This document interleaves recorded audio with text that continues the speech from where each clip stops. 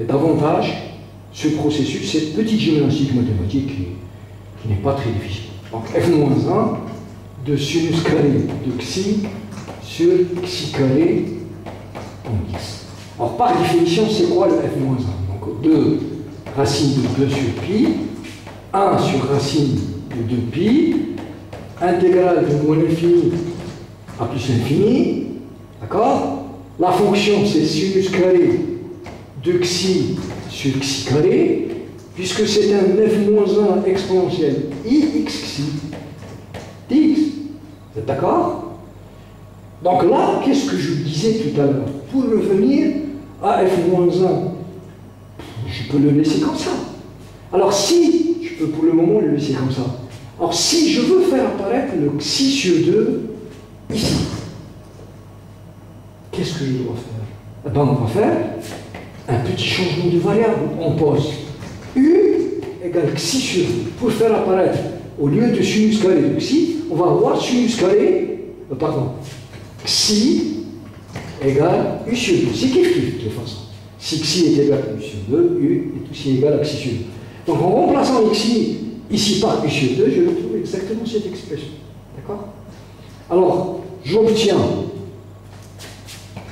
f étoile f en x, c'est 2 racines de 2 sur pi, 1 sur racine de 2 pi. L'intégrale. Alors, si xi tend vers moins l'infini, bien sûr, ici, u c'est 2 xi. Hein. Si xi tend vers moins l'infini, u aussi. Donc là, j'en ai moins l'infini. Si xi tend vers plus l'infini, u aussi tend vers plus l'infini, puisque c'est 2 fois xi. Sinus carré de xi, ça veut dire de u sur 2. Xi carré, c'est u sur 2 au carré. D, attention, ici c'est dxi, puisque c'est un f moins 1 par rapport à xi. Alors le dxi, c'est du sur 2. Donc là, vous avez du sur 2. Alors ça vous donne quoi? Ça vous donne 2 racine de 2 sur pi, 1 sur racine de 2 pi. D'accord? L'intégrale, il ne faut pas oublier l'exponentielle. Exponentielle moins i, x, xi. Xi, c'est u sur 2. D'accord? Ok? Alors, vous voyez comment je vais jouer sur voilà, du, très bien, sur les variables, notamment le passage de la variable x à u, à ce niveau-là. Alors, ça, c'est quoi? Fois l'intégrale de moins l'infini à plus l'infini, donc sinus carré de u sur 2, ok, divisé par u carré. 1 sur 2 au carré, ça fait 1 quart. Le 4, vous allez l'avoir au numérateur. 4 divisé par 2, ça fait 2. Donc je vais avoir ici un 2 qui va apparaître. Donc je peux le faire sortir directement. Et qu'est-ce qu'il me reste? Il me restera. Alors, à ce niveau-là, puisque j'intègre par rapport. Ah non, donc le 2 ne va pas, parce que je peux le simplifier avec celui-là. Donc, 1 quart, 4 divisé par 2, donc il me reste un 2, oui. Et là, puisque j'intègre par rapport à u, donc de préférence ce 1,5 sur u, je vais le mettre sur x, donc j'aurai exponentielle. Là, c'est un exponentiel, puisque plus i, puisque c'est, voilà. Je me demande pourquoi j'ai mis le moins. Non, voilà, il est là. Alors, exponentielle i, x sur 2, fois u. D'accord? Ou bien, je peux, voilà, je peux faire apparaître le moins directement ici. Donc j'aurai i, il est là.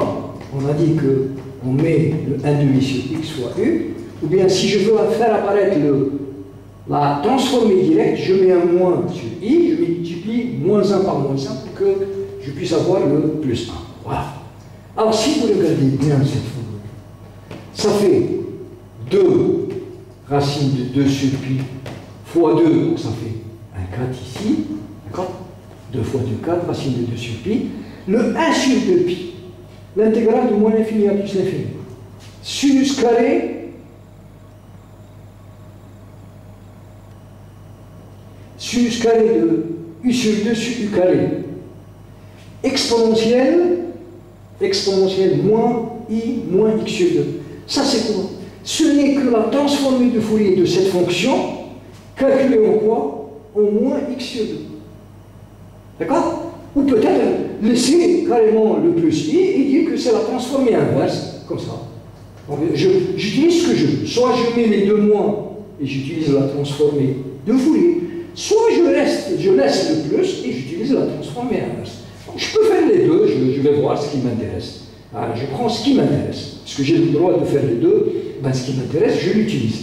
Donc là, c'est la fonction f-1 de sinus carré u sur 2 sur u carré calculé au point x sur 2.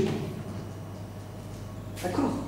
Or, justement, f étoile f, qui est mis ici, c'est égal à cette formule-là, 4 racine de 2 sur pi, f moins 1,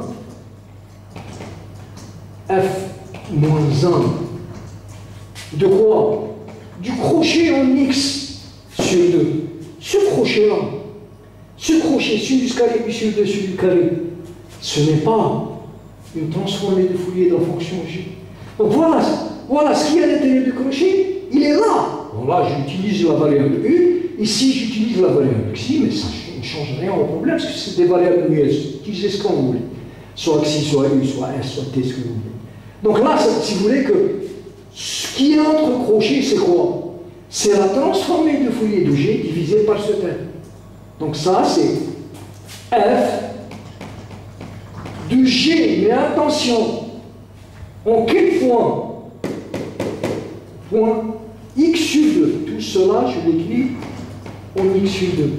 Sans oublier, terme constant, où est-ce que je suis là? Donc je divise par 1,5 et je multiplie par l'inverse de racine de 2 sur pi, c'est racine de pi sur 2. Donc je fais ça, c'est 1,5 racine de pi sur 2.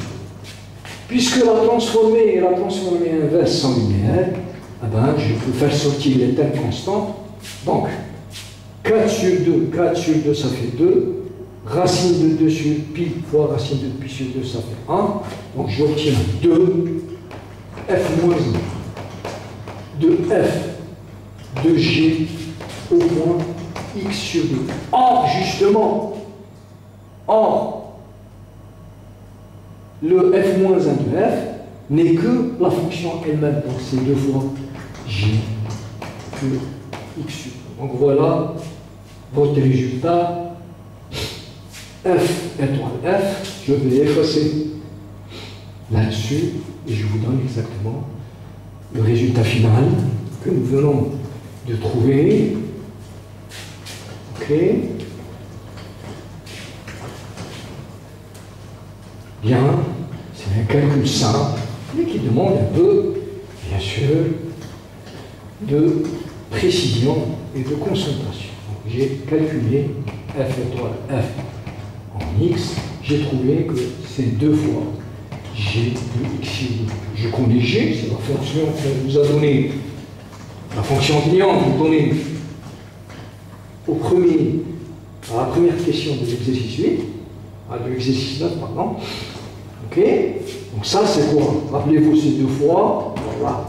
La fonction g, au début de l'exercice, il est défini comme étant 1 plus. Alors, ce n'est plus en x, c'est en x sur 2. X sur 2. Si x sur 2 appartient à l'intervalle moins 1, 0, d'accord? Et 1 moins x sur 2, si x sur 2, puisque la variable x, je la remplace par x sur 2 ici. Donc 0, 1, et je prends 0 ailleurs. C'est-à-dire que si je ne suis pas entre moins 1 et 1. Et ça, je peux l'écrire, bien sûr, je peux réduire en même les divisé par 2, multiplié par 2, ça fait 1. Donc j'aurai carrément 2 plus x. Si x sur 2 est dans un 0, ça veut dire que x est dans l'intervalle moins de 0.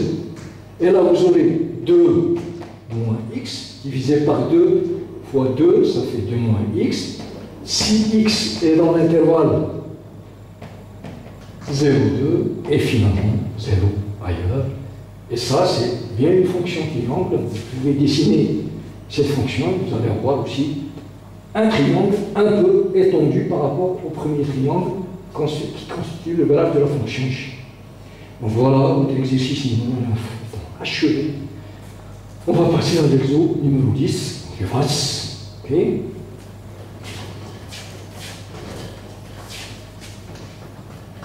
Exo 10, très instructif, je vais le détailler, puisque c'est un exercice d'application à la physique mathématique et surtout à l'outil d'ingénieur. Alors, soit l'équation dite que nous avons déjà étudiée dans notre cours de la chaleur.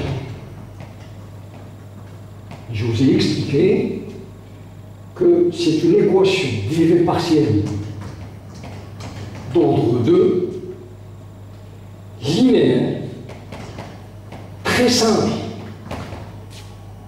qui porte sur une fonction avec u x0 égale phi de x, où phi est une fonction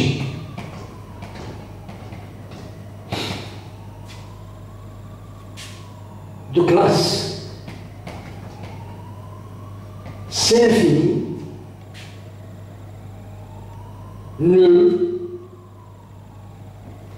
nul à l'extérieur d'un intervalle borné.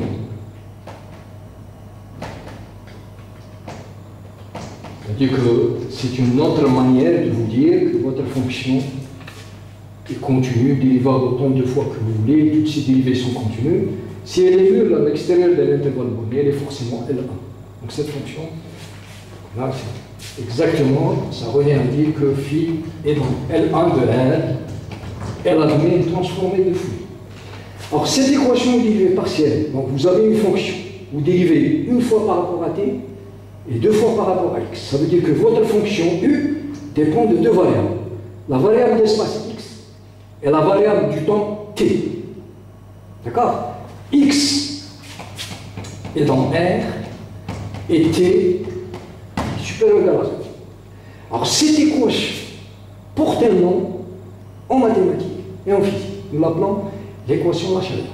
Je vous ai expliqué dans mon cours que cette fonction uxt correspond exactement à la propagation de la chaleur sur une tige infinie, peut-être un rayon de soleil dans l'espace, au point de la tige d'abscisse x et à un instant t. Donc sur un point de la tige du rayon de soleil, vous mesurez votre température, c'est la fonction uxt. Mais vous faites cette mesure à plusieurs instants qui sont le temps t. Donc la chaleur varie en fonction de l'espace, du point de l'espace, et en fonction aussi du temps. Alors, cette condition, elle est écrite à l'instant t égale à 0. C'est ce qu'on appelle la chaleur initiale pour t égale à 0 dans le point d'abscisse x de la tige. Équation de la chaleur munie de la chaleur initiale, c'est ce qu'on appelle un problème de la chaleur, ou bien un problème aux limites de la chaleur, puisque vous donnez une condition initiale ou bien une condition limite à l'instant t égale à 0. Ok? Alors, on pose, là je suis en train d'écrire les hypothèses de l'exercice, f de xi t, la transformer, la tf, de uxt par rapport à la variable x. C'est normal. Là, vous avez effectivement deux variables. Mais la transformée de Fourier se calcule par une variable. C'est une intégrale de moins l'infini à plus l'infini. Donc il y a deux variables. Une variable qui varie de moins l'infini à plus l'infini, c'est la variable réelle x. Et une variable qui varie uniquement de 0 à plus l'infini. Donc je ne peux pas calculer la transformée de Fourier par rapport à t, mais je peux la faire par rapport à x. C'est pour cela, donc ici, f de xi t, c'est la transformée de Fourier de uxt en xi. Et par définition, c'est égal, donc je continue ici, c'est égal à 1 sur la racine de 2pi, l'intégrale de moins l'infini à plus l'infini, uxt exponentielle moins uxi, et j'intègre par rapport à x. Donc vous voyez que vous avez une fonction à trois variables, xt et xi. Vous éliminez la variable x par l'intégration, il vous restera uniquement deux variables xi et t. C'est pour cela que cette fonction agit sur la fréquence xi et le temps t. Ok? Alors, suite de l'exercice. Alors, en supposant que U est dans L1, pour tout t supérieur ou égal à 0, vérifiez que F est solution d'une certaine EDP. Donc on va, pour répondre à cette question, vous avez la fiche de TD, vous avez la question devant vous, on va répondre quelle est l'équation différentielle qu'on va effectivement retrouver après calcul de la transformée de Fourier de cette égalité. Puisqu'on vous dit que, on va supposer que la fonction U est dans L1 ainsi que ses dérivés. Donc vous avez le droit de calculer la transformée de Fourier, sachant que la condition initiale est aussi supposée dans L1. Alors si je fais ça, si je prends ces hypothèses, allez, ça devient simple à calculer, à transposer cette équation par un calcul de TF, de transformée de Fourier. Donc on va dire que, voilà, je laisse l'équation d sur dx carré. Alors on applique, comme tout à l'heure, la transformée de Fourier aux deux membres de l'équation de la chaleur, qui est là.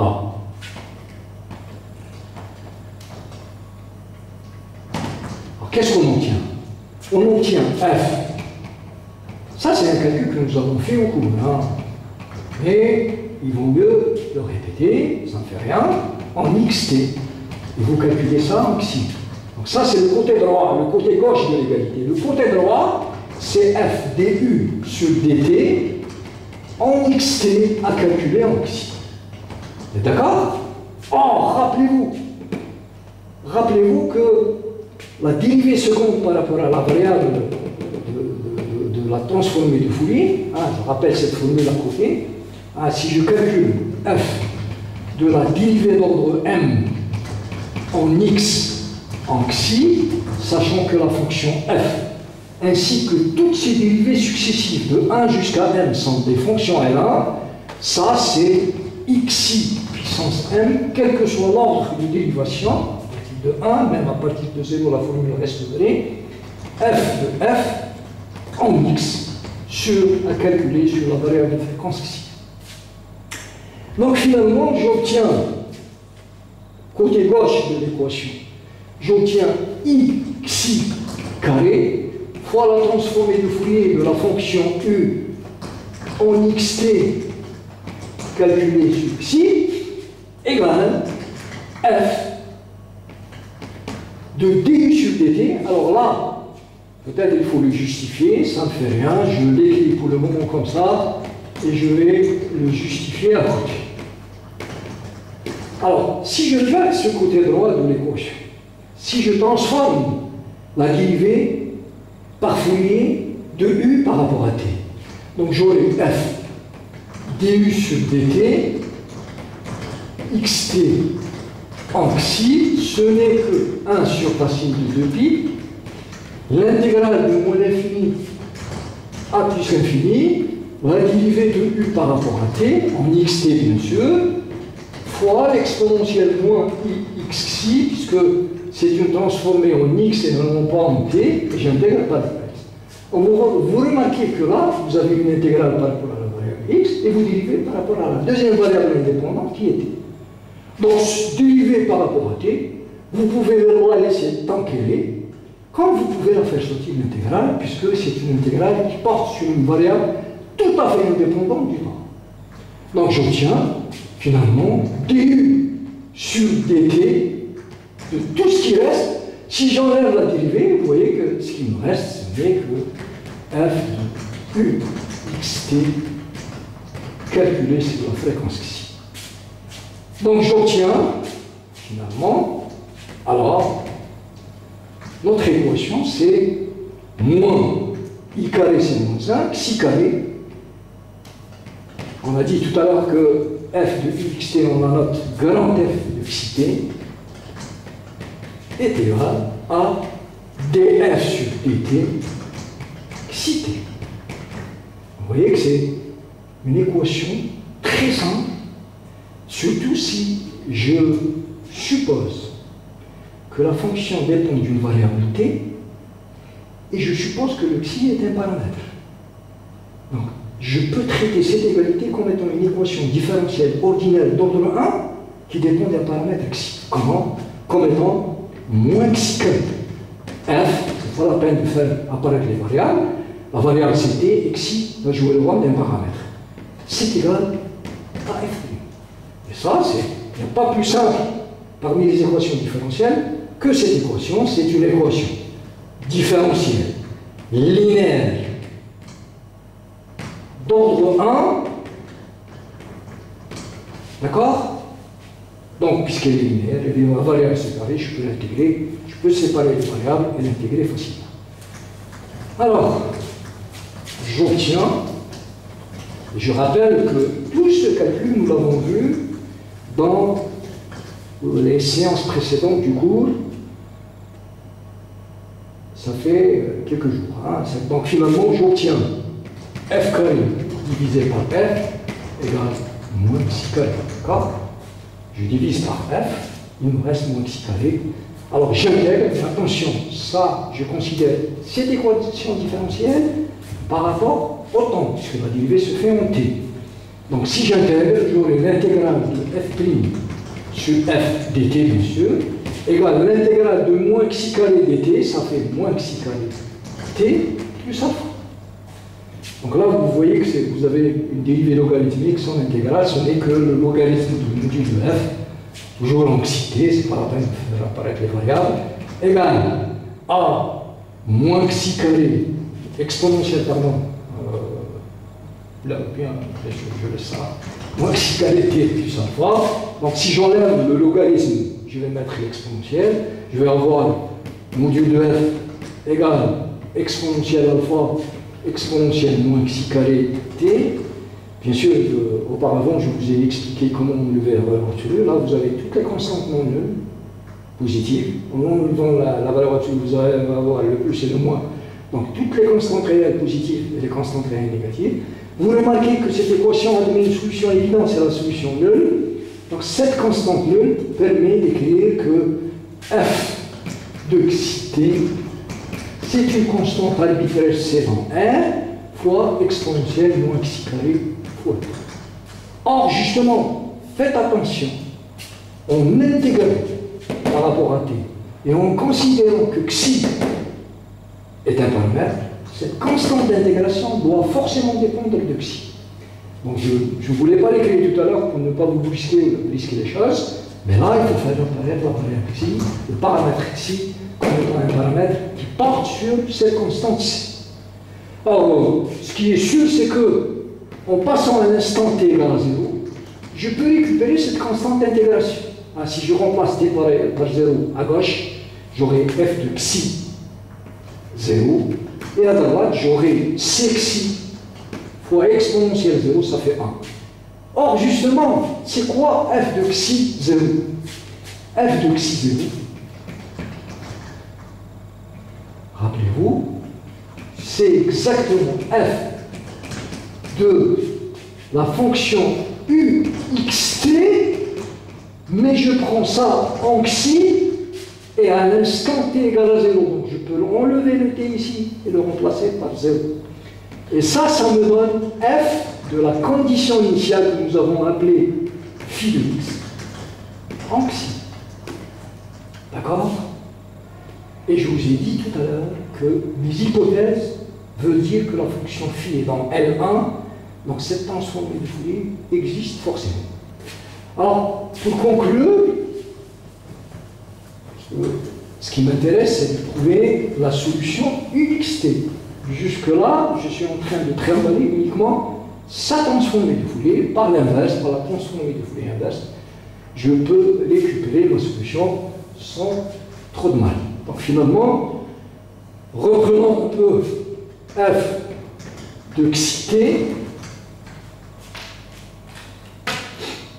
Alors f de xi t, c'est exponentielle moins xi t fois f de phi de x en xi. Alors ce qui est sûr, c'est que ça, c'est la transformée du Fourier de U. Donc par la transformée inverse, de toute cette partie à droite, je peux récupérer U. Mais ça ne va pas me donner plus de précision et d'information sur cette solution. Raison pour laquelle je dois réfléchir un petit peu pour simplifier cette expression de la transformée de Fourier de la solution que je suis en train de chercher. Alors là, j'ai récupéré une transformation de Fourier. Si j'arrive, je dis bien que si j'arrive à écrire cette exponentielle comme étant une transformée de Fourier, eh ben, je vais récupérer un produit de deux transformées de Fourier, et cela me rappelle un peu la transformée de Fourier du produit de convolution. Effectivement, à cause de là, à cause de tout ça, je vous ai fait des petits rappels tout à fait au début de la séance, justement pour ne pas avoir de mal à récupérer les outils que je suis en train de chercher. Alors, regardez, si je prends cette exponentielle moins xi carré t, je peux l'écrire comme étant la transformée de Fourier d'une fonction qu'il faut chercher ici par rapport à x en xi. Or, justement, si vous regardez ici, à ce niveau-là, si vous voulez retrouver cette fonction qui est là, je ne vais pas la noter pour ne pas utiliser beaucoup de symboles et de notation mathématique, cette fonction va être quoi? Va être la fonction que vous voulez chercher, je vais l'appeler grand H, le grand H que je suis en train de chercher n'est que la transformée inverse de l'exponentielle moins xi carré t. Or, je sais calculer la transformée inverse d'une quantième. Et là, en fait, ce n'est que la transformée de Fourier sur moins x, puisque c'est une fonction telle, vous pouvez ne pas faire apparaître le x. Donc ça, c'est quoi? Ça, c'est 1. C'est la transformée inverse de l'exponentielle moins alpha xi carré. Le alpha ici joue. Le alpha ici, c'est le t. Hein? Je fais une comparaison entre les deux formules. Donc ça me donne 1 sur racine de 2t, d'accord? Exponentielle moins x carré sur 4. Donc finalement, la fonction f de xt, qui est la transformée de Fourier de uxt, que vous avez calculé en xi, c'est l'exponentielle moins xi carré t. Si je n'ai pas oublié de termes constants, je ne me rappelle plus, oui, je n'ai rien oublié. Donc c'est cette exponentielle. Or, cette exponentielle, je viens de l'écrire comme étant la transformée de Fourier de cette fonction h, qui est 1 sur racine de 2t, exponentielle moins x carré, pardon, sur 4t calculé en xi. Bien sûr. Donc, oui, fois, il ne faut pas oublier, fois ce terme-là, fois f de phi de x en xi. Et ça me rappelle un peu le produit de convolution, bien sûr, la transformée de Fourier d'un produit de convolution, puisque la transformée du produit de convolution, c'est le produit des transformés, le produit ordinaire des transformées de Fourier. Il faut faire apparaître quand même le facteur constant qui est la racine de 2π. Alors, pour cela, voilà ce que je vais faire. Je vais multiplier et diviser par racine de 2π et je vais gagner. Donc f de xt, qui est f de uxt en xi, n'est que, bon, déjà, ici, ça c'est une transformée de Fourier par rapport à x. Donc ce terme-là, il est constant indépendant de x, je peux le faire sortir. Donc c'est 1 sur racine de 2t. Maintenant, je multiplie par racine de 2π, je divise par racine de 2π. Là, je peux le faire comme ça, que ce soit plus lisible. Racine de 2π, d'accord? Et il me restera la transformée de Fourier de phi de x en xi fois la transformée de Fourier de la gaussienne exponentielle moins x carré sur 4t le tout en xi. D'accord? Or ça, si je fais mon accolade, ça, ce n'est que 1 sur racine, donc 2t fois 2π, c'est 4t, 4πt. F, donc ça c'est le produit de convolution, c'est la transformée de Fourier du produit de convolution de cette fonction phi par cette exponentielle gaussienne.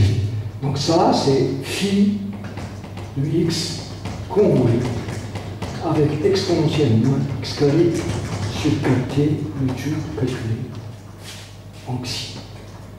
Donc par la transformée inverse, parce que n'oubliez pas que ça c'est la transformée de Fourier uxt en xi est égal à ça. Ça c'est un terme constant, je peux le mettre aussi à l'intérieur. Et je peux soit utiliser la transformée inverse de Fourier et avoir u, soit utiliser directement l'injectivité de la transformée de Fourier. Si deux transformées sont égales, ça veut dire que les fonctions sont égales, et j'aurai uxt.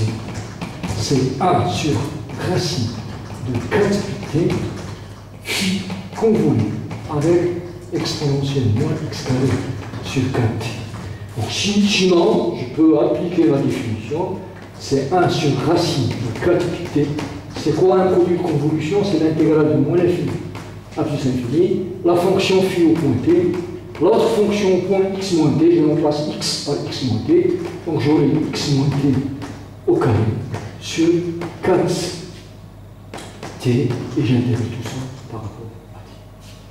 Voilà, pratiquement, la solution de l'équation de la chaleur, lorsqu'il s'agit d'une tige ou bien d'une barre infinie, exemple d'un rayon solaire, sur lequel vous voulez justement relever les différentes températures aux différents points et aux différents instants.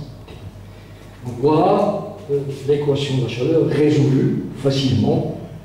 Je vais passer à une deuxième équation très classique, très connue par les physiciens et les mathématiciens, c'est l'équation des ondes qu'on va résoudre vite fait. Alors je vais tout effacer, sauf mes rappels, parce que j'en aurai besoin de ces rappels, notamment la dernière formule pour résoudre l'équation des ondes.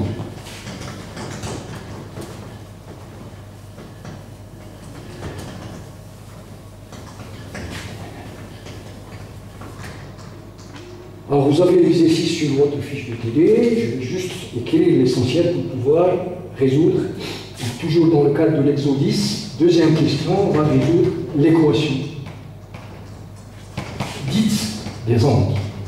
On va écrire l'équation et ensuite donner une petite explication physique de cette équation, facile, simple.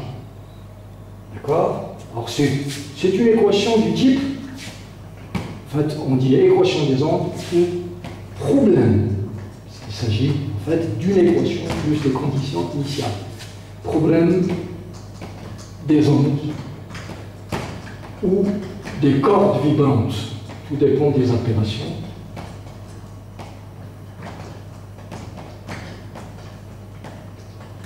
Alors ce problème est le suivant. L'équation ressemble plus ou moins à l'équation de chaleur, seulement là, je dérive comme le cas de l'équation de la chaleur, 2 fois par rapport à x, d'accord, moins 2 fois par rapport au temps. Voilà, c'est à ce niveau-là qu'on va remarquer la différence entre l'équation des ondes et celle de la chaleur, puisque là, je prends 2 fois, 2 dérivés par rapport au temps. Tout à l'heure, on a dérivé uniquement une seule fois. C'est pour cela qu'on avait trouvé une équation différentielle du premier ordre. Donc ici, égal à 0, vous cherchez U par rapport à x et t, où x est réel, comme tout à l'heure, et t, c'est un temps positif. Et on vous donne, en plus de cette équation, 2 conditions initiales. Une condition à l'instant t égale à 0, ux0 égale phi de x. En fait, là, je l'appelle f de x. Et une condition qui porte sur la dérivée par rapport au temps à l'instant t égale à 0, que je vais noter g de x. Alors, expliquons ce phénomène physique.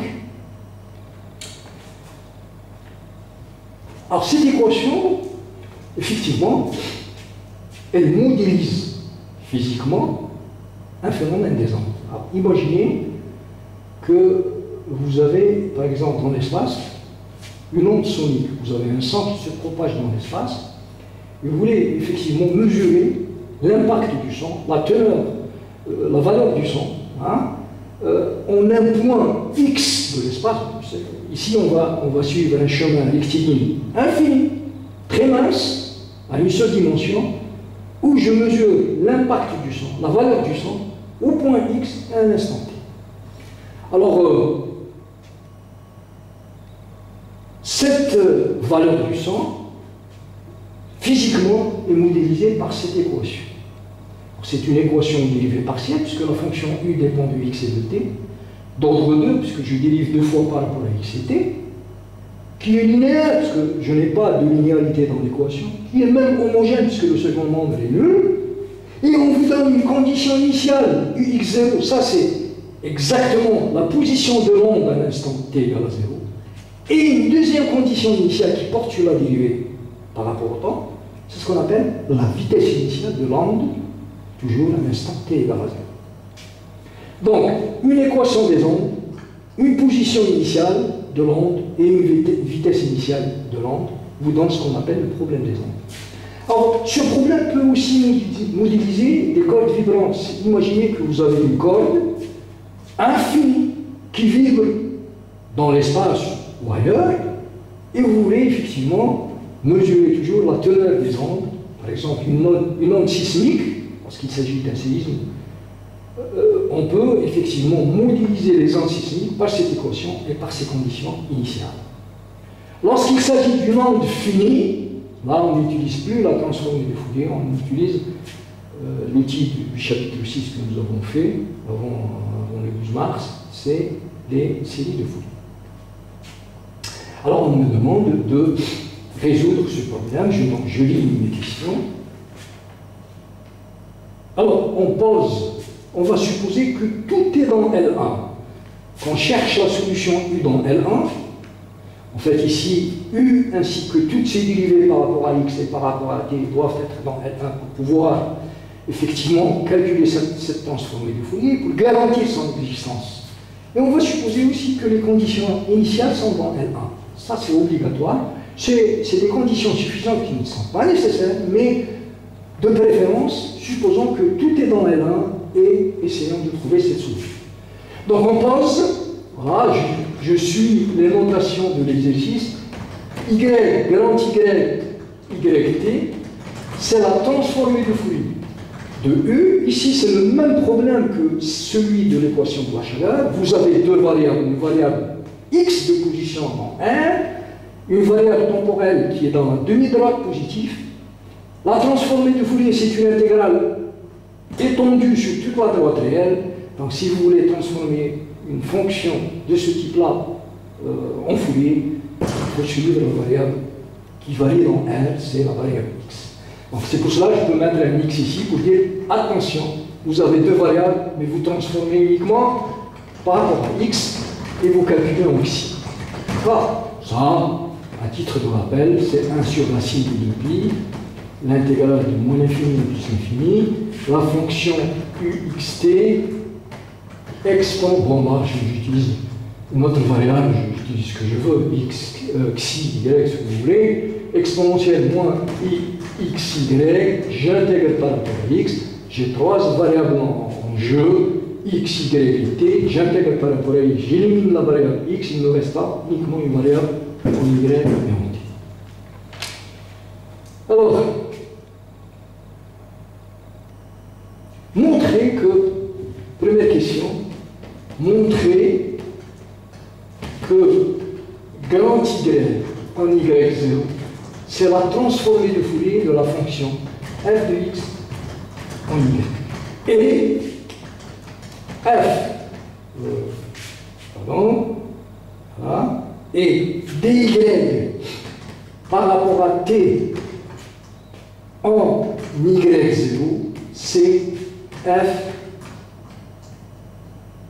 de g x en y. Ça, je ne pense pas que ça pose problème pour pouvoir établir ces deux identités. Hein?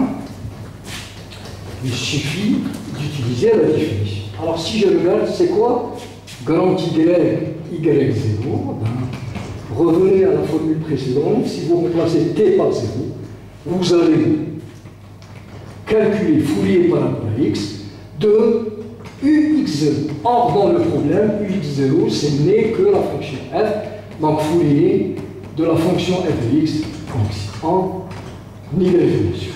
Ceci répond à la première question. Alors, si je calcule dy sur dt, dy sur dt, alors je regarde y en yt, si je dérive par rapport au temps, je rappelle le principe de tout à l'heure, j'intègre en x, t est une variable indépendante par rapport à x, donc je peux mettre la dérivée à l'intérieur, donc ça c'est 1 sur racine de 2pi, directement à partir de la formule, moins l'infini, d u sur dt, alors directement, ça c'est en yt, je peux le calculer en y0, alors si je remplace t par 0, oui, donc là j'aurai x0 exponentielle moins xy, j'intègre par rapport à x. Or, cette dérivée, c'est ce que j'ai appelé, dans le problème, nous l'avons appelé la fonction g de x, donc 1 sur racine de pi, moins l'infini plus l'infini, g de x exponentielle moins xy, j'intègre en x, et j'obtiens exactement la transformée de Fourier de la fonction g en y. Ceci répond aux deux questions simples. Maintenant, on va chercher la solution de cette équation des ondes. C'est ce qu'on appelle en fait, cette solution qu'on est en train de chercher, ce qu'on appelle la solution de D'Alembert, qu'on va trouver à l'aide des produits de convolution, et notamment à l'aide de cette troisième formule que j'ai tenu à rappeler tout à fait au début de cette séance. Alors, cherchons maintenant, on vous demande de chercher l'équation différentielle, c'est ça? Ok. Trouver l'équation différentielle de y. Alors, appliquant, puisque tout est dans L1, tout est garanti pour que les différentes transformées de Fourier existent, appliquant la TF à l'équation. En fait, c'est une équation dérivée partielle. Donc j'ai f d seconde de u sur dx carré en xt. Rappelez-vous, tout à l'heure, l'équation c'était la dérivée seconde de u par rapport à x carré, moins la dérivée seconde de u par rapport à t carré, égale 0. Je peux mettre le moins du carré sur dt carré à droite, et vous aurez une égalité de ce type-là, f d seconde de u sur dt carré en, bien sûr, toujours, il faudra faire apparaître la variable de fréquence en y. D'accord? Or ça rejoint ce que je disais tout à l'heure pour l'équation de Machala. Ça, c'est la transformée de Fourier par rapport à x d'une dérivée seconde par rapport à x. Elle doit faire apparaître un i xi, bon, le xi ici, j'utilise la variable y au lieu de xi, y au carré, fois la transformée de Fourier de la fonction. Et pour la même raison que tout à l'heure, puisque c'est une transformée de Fourier en x, et vous dérivez par rapport au temps, vous pouvez mettre la dérivée soit à l'intérieur, soit à l'extérieur de l'intégrale sans changer cette valeur. Donc vous aurez des secondes sur dt carré de f de u xt à calculer en y. Donc j'obtiens une petite équation simple, mais maintenant qui est d'ordre 2. Alors j'obtiens moins y carré, d'accord? Grand F, je l'ai appelé YT, rappelez-vous que nous avons noté grand F de UXT Y, c'est grand YT, égale, là aussi, puisque vous dérivez deux fois par rapport au temps, vous allez considérer Y comme étant un paramètre pour pouvoir effectivement écrire cette équation comme une équation différentielle ordinaire. Donc j'aurai un Y seconde, sans oublier par rapport au temps, de la fonction Y, donc vous aurez ça. Ou bien, bon, je peux l'écrire comme étant Y seconde plus Y carré Y égale à 0, sans oublier que vous dérivez par rapport au temps et que la variable Y est considérée comme étant un paramètre dans cette égalité. Alors là, vous avez une équation.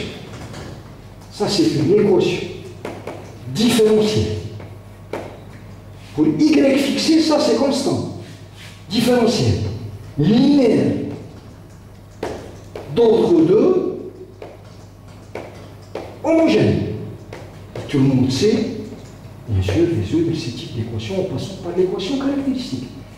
D'équation, donc je termine à côté, d'équation caractéristique, d'équation algébrique caractéristique. Hein, on va remplacer les dérivés par des puissances. Donc là, on va mettre L carré plus Y carré égale à 0. C'est-à-dire que L égale moins Y carré, ou bien le tout, puisque le moins je peux le considérer comme étant le I carré complexe, I égale au carré. Donc ça c'est L carré. Hein? Donc L c'est plus ou moins I Y. N'oubliez pas que la variable Y est une variable réelle. Or, lorsque les caractéristiques sont complexes, on sait tous que la solution de cette équation par rapport à T, en considérant Y comme paramètre, c'est une combinaison linéaire des deux fonctions trigonométriques, cosinus et sinus, sur ce terme-là, sur la caractéristique, ici c'est Y, multiplié par la variable qui est la variable temps. Donc là, j'ai A cosinus YT, la caractéristique fois la variable qui est le temps, la variable de dérivation, plus B sinus YT. Pour les mêmes remarques que tout à l'heure, et les mêmes considérations pour l'équation de la chaleur. Vous intégrez, vous dérivez, vous intégrez par rapport à la variable temporelle T, et vous avez Y comme paramètre. Donc, automatiquement, ces deux constantes dans la solution générale dépendent forcément de Y. D'accord? Et bien sûr, il faut, pour trouver cette transformée de Fourier, il faut d'abord trouver les deux constantes A et B. En fait, c'est des fonctions paramétriques par rapport au paramètre Y. Et ensuite, revenir par la transformée de Fourier inverse pour pouvoir calculer. Ah ben, c'est ce qu'on va faire. Donc, voilà, on a trouvé c'est pas encore terminé. On va utiliser les conditions initiales. Alors, si j'utilise Y0, on a dit que tout à l'heure que Y0, c'est la transformée de Fourier de la condition initiale F en Y. Alors, si vous remplacez T par 0, vous voyez que le sinus il va disparaître. Le cosinus 0, c'est A, vous aurez A de Y. Si je dérive par rapport à T, je remplace T par 0. Alors, directement, lorsque je dérive le cosinus, ça me donne un moins sinus. Pour T égale 0, c'est 0. Donc, ce terme va disparaître. Lorsque je dérive ici par rapport à T, ça me donne un Y cosinus, attention.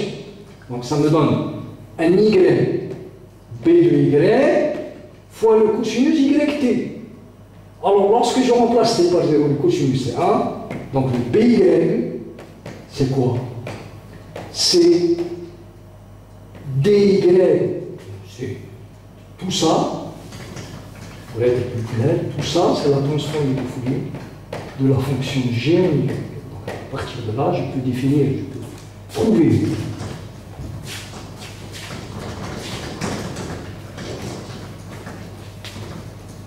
la fonction paramétrique B, BY, c'est quoi? C'est la transformée de Fourier de G en Y